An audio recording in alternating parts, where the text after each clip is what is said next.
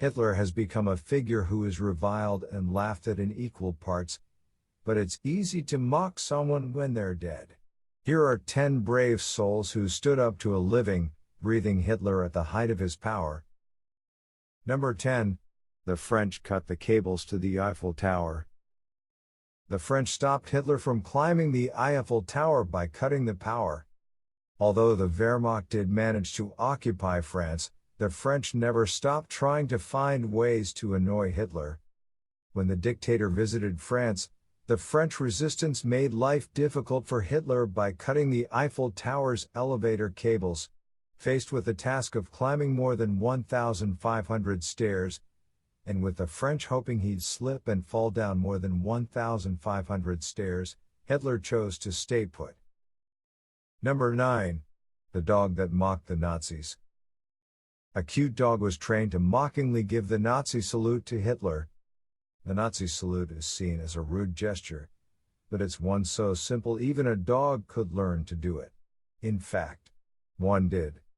Jackie, a Finnish dog with a love of wearing sunglasses, annoyed the Nazis and Hitler himself by raising her paw in cute imitation of their salute.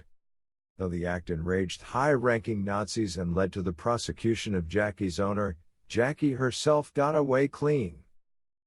Number 8. The POW with stitching skills. Morse code embroidery insulting Hitler was put on display by unwitting Nazis. Major Alexis Castelli was a World War II POW who passed the endless hours of boredom with careful embroidery. While it looked like Alexis was just stitching his name and rank into cloth, a closer look showed something else. In the edges of the pattern, Alexis had spelled out messages in Morse code, "God save the King" and "Fuck Hitler," repeated over and over again. Taking a liking to his work, the Germans proudly put it on display, unaware of its hidden content. Number 7. The runner who gave Hitler the middle finger. One man gave regular rude gestures to the Führer.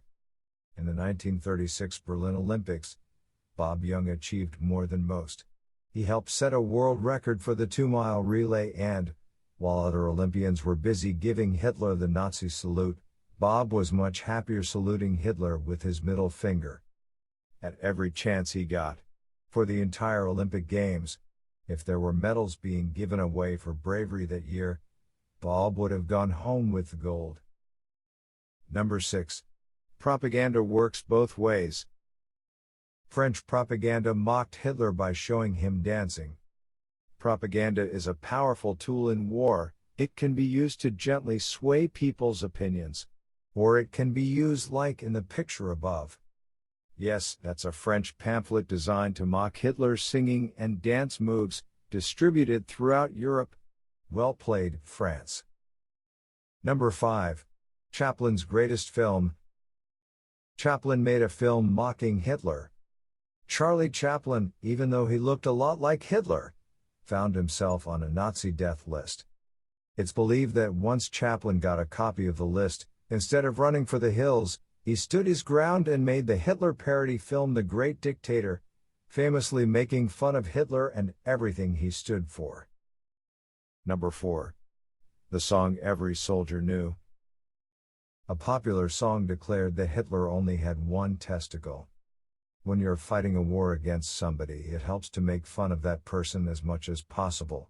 That way, they appear less threatening and you don't feel quite so bad about shooting them in the face. Allies during the war had a good way of making sure Hitler was laughed at by everyone with the song Hitler Has Only Got One Ball. Thought up as propaganda, the song leaked and got stuck in the public's mind, eventually outliving Hitler's ideals and the man himself. Number 3. The man who told Hitler something we've all dreamed of.